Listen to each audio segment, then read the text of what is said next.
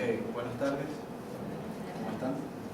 Me presento, mi nombre es Lidio Bastidas, me dedico a enseñar idiomas, soy profesor de idiomas y también ejerzo mi profesión de bioanálisis, hago las dos cosas en paralelo.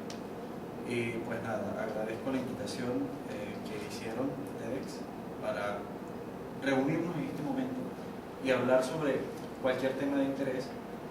Y evidentemente salta a la vista el interés de todos por hablar. ¿Ok? Entonces, con la lengua, hablemos 18 minutos de ello. Con la lengua se puede hacer tantas actividades, pero entre las más importantes tenemos la que es hablar. ¿Sí? Entonces, hablemos de hablar. ¿Ok? Hablar de lengua es hablar no de lengua como órgano, sino de lengua como sistema. ¿Sí?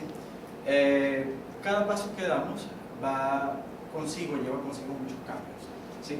Cambios que repercuten notablemente en la vida cotidiana de todo el mundo, ¿sí? Toda actividad humana requiere cambios, lleva consigo esos cambios, y el lenguaje no es la excepción. Evidentemente que para que el lenguaje pueda ser usado y empleado, pues tiene que experimentar ciertos cambios, pero tales pueden causarnos cierto rechazo en algún momento al momento de usar la lengua como herramienta de comunicación, sencillamente porque o no sabemos cómo recibir ese cambio o rechazar tal cambio. ¿Ok? Para que esto no nos ocurra, entonces debemos saber que lo más importante o la característica más importante de la lengua es que es precisamente el patrimonio fundamental de los pueblos, ¿sí?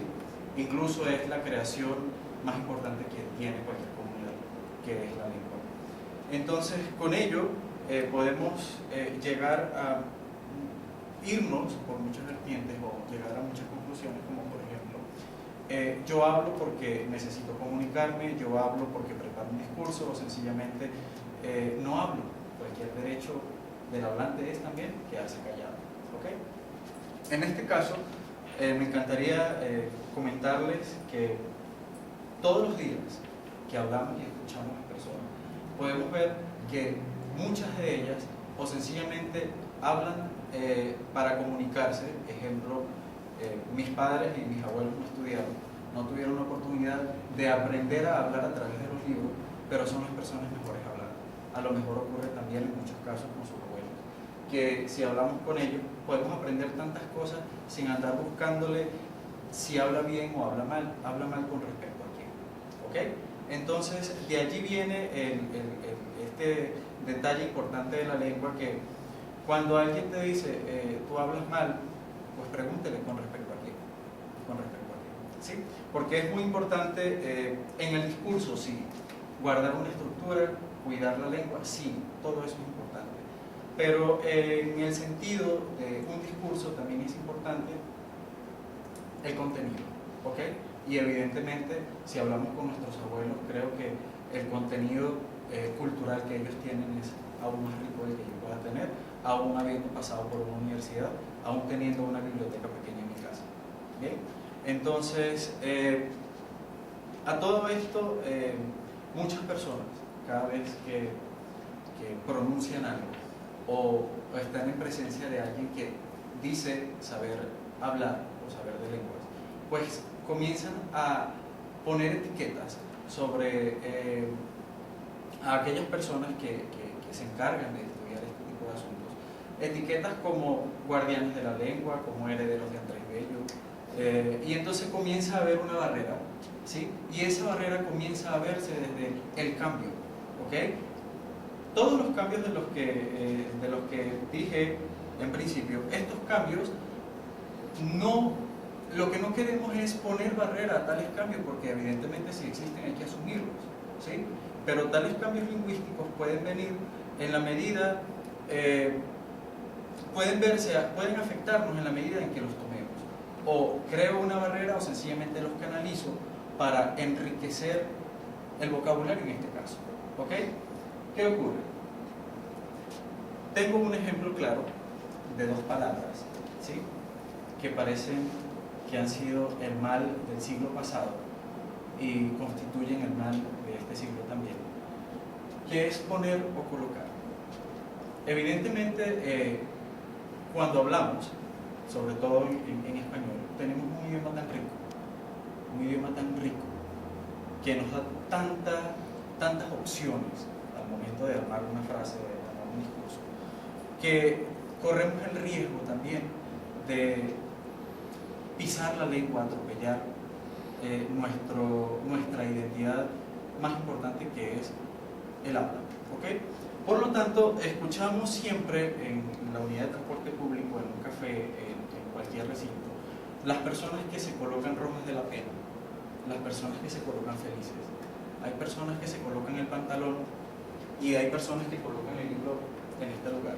¿Okay? Pero nunca se ponen, porque vertiginosamente ha ocurrido que desde que éramos infantes, éramos niños, la maestra nos marcó diciéndonos que las que ponen son las gallinas, ¿sí?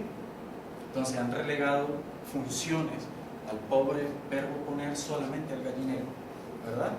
Entonces nos olvidamos de que el verbo poner existe, ¿ok? Porque todo el mundo coloca, porque todo el mundo usa el pobre verbo colocar.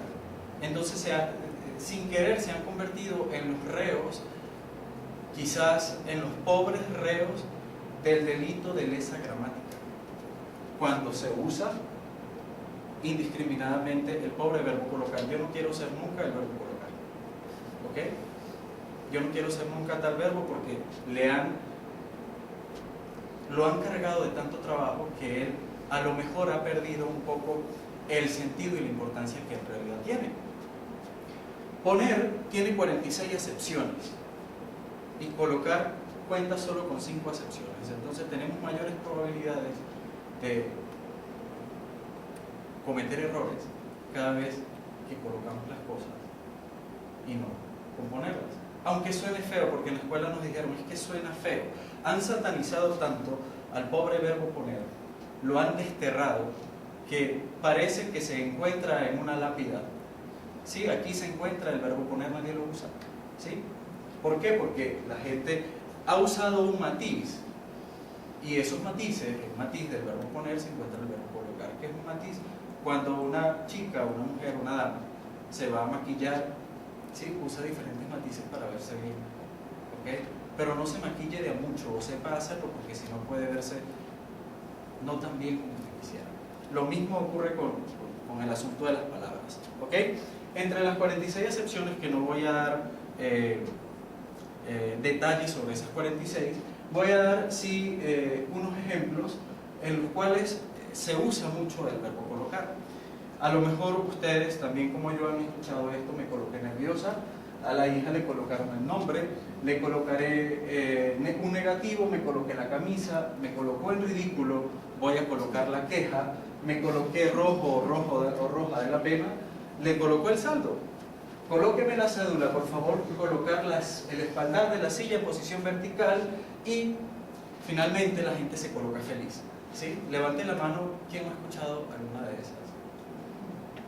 Todos lo hemos escuchado, por eso nadie levanta la mano, ¿verdad? Y a lo mejor todos también las hemos usado, porque evidentemente se nos ha, poco a poco se nos ha alimentado el sobreuso y quizás el sobrevalorado uso que tiene el pobre verbo colocar, dejando por debajo al que realmente nos salvaría, que sería el verbo poner. Entonces me encantaría que después que salgamos de acá de esta sala sepamos que el verbo poner sigue vivo y que el verbo poner está allí para ser usado.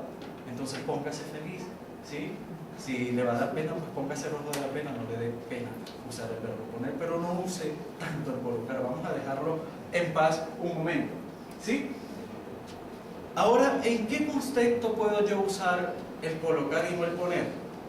Porque también existe ese momento en que colocar sí es el rey, en que el verbo único que puede ser usado es colocar y no poner. Tenemos las 5 acepciones. Dice poner a alguien o algo en su debido lugar. ¿Qué ocurre allí? Resulta que de las 5 acepciones, la 1 y la 5 las puse de amarillo, porque en realidad ahí puede existir la sinonimia con el poner. O sea que yo puedo decir, yo pongo a alguien en su sitio o sencillamente coloco a alguien en su sitio. Eso es correcto. De la misma manera que una de las acepciones dice, dicho del alcohol o de una droga, causar un estado eufórico. ¿Sí? El alcohol lo puso contento, pero también puedo decir que lo colocó contento. En ese contexto también el verbo colocar es correcto, pero tiene la sinonimia de poner. Entonces yo, Lidio, usaría poner, en aras de no equivocarme en caso tal de que tenga alguna duda. Pero ¿en qué casos puedo yo solamente colocar, usar colocar, por ejemplo? Invertir dinero. Invertir dinero es en el banco, cuando colocas el dinero a plazo fijo, por ejemplo. Coloqué el dinero en el banco. Ese es un contexto real del verbo colocar, que no va a tener sinonimia con poner. Se usa colocar. De la misma manera, acomodar a alguien poniéndole en algún estado o empleo. Bueno, coloqué a X persona en el puesto de secretario, por ejemplo. O encontrar mercado para algún producto, sencillamente coloqué a la venta por Mercado Libre tales productos. ¿Sí? En ese caso podemos saber que en realidad el verbo colocar tiene solamente 3 usos, porque los otros 2 también se conjugan con el poner. Entonces ya no serían 46, yo le sumaría 2 usos más al verbo poner, entonces 3 nada más al verbo colocar. Yo recomiendo, por favor, póngase, vístase de felicidad y póngase en un contexto de que el verbo poner no lo va a dejar mal, pero que el verbo colocar al menos sí. Hay algo que se llama cacofonía, que es aquello que ocurre siempre al oído, aquellos sonidos que desagradan al oído. Y aunque usted no lo crea, a lo mejor a alguien le va a desagradar eso, pero nunca se lo va a decir. Porque esto no es solamente un mero trasnochado turbito de academicismo. Para nada. Esto no se trata tampoco de ser un empecinamiento diccionalista o gramaticalista. Es sencillamente saber que de aquí vamos a salir y de que cuando vayamos a usar este tipo de palabras, no la usemos demasiado tampoco. ¿Okay? Otra cosa ocurre con la palabra demasiado. Hay mucha gente que dice, te amo demasiado. Si a usted lo aman demasiado, salga corriendo, no haga caso, ¿ok? Mande a esa persona a revisión psiquiátrica, ¿ok? Porque el que ama demasiado, pues definitivamente tiene que estar enfermo, ¿sí? ¿Qué ocurre cuando una fruta está demasiado madura? Está pinche, ¿sí? Está en descomposición. Entonces, cuando las personas usan demasiado la palabra demasiado, tratan o están incurriendo en un error. Las cosas que se hacen en demasía hasta querer hace daño. ¿Sí? Bueno, señores, espero haya sido de su agrado. Para mí fue un placer haber compartido un poquito de lo que me gusta hacer, que es hablar y un poco pretender abordar temas que son de interés. Muchas gracias.